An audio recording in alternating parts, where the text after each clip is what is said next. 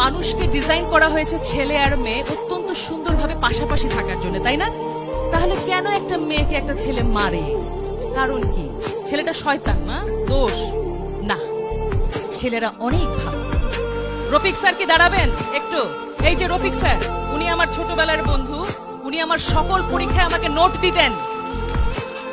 তাহলে ছেলে মেয়েতে কি বন্ধু হয়?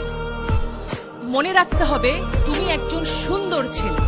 ছেলেরা যখন মেয়েদের পিছে দৌড়ায় দুইটা জিনিস হয়, হয় হিরো হয় নাহলে ভিলেন হয়। তুমি কি হইতে চাও? হিরো। ভিলেন হইতে চাইলে কি হবে জানো? পিছে পিছে দৌড়াবা, ওই যে পুলিশ এসপি সে ধরে নিয়ে আবার একটু পেদানি দিবে।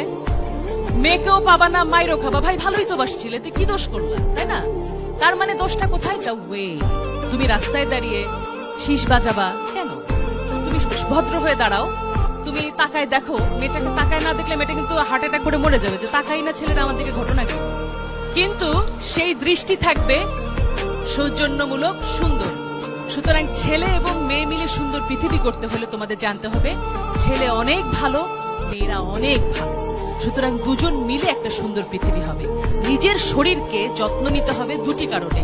নিজে সুস্থ হয়ে গড়ে ওঠা, নিজের যত্ন নেবে, তাহলে কি হবে? অনাগত যে বাচ্চাটা আসবে সেটাকে মনে রাখতে হবে একটা মেয়ের পেটে একটা বাচ্চা মানে সেই মেয়েটি মা হচ্ছে আর ছেলেটি বাবা হচ্ছে, আর তাদের বাবা মারা নানি দাদি হচ্ছে।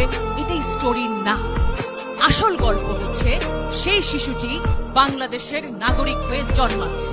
আমার প্রশ্ন, কোন ছেলেটি একটা মেয়ের ওন্না ধরে টান দেয়? সে কি কোনো মায়ের পেট থেকে আসেনি?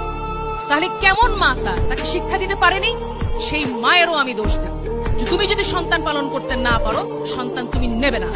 প্রত্যেকটা বাচ্চা যখন সুন্দর হবে, অর্থাৎ প্রথমে আমাদের পুষ্টি নিশ্চিত করতে হবে। পুষ্টি নিশ্চিত করবার পরে কি হবে? আমাদের শারীরিক গঠন হবে, মানসিক গঠন হবে। লেখাপড়া শিখবো আমরা, আমাদের সন্তান যে আসবে সেও হবে সুস্বাস্থ্য বলিয়ান। আর বাংলাদেশ তখন কি হবে? পৃথিবীর 1 নাম্বার দেশ।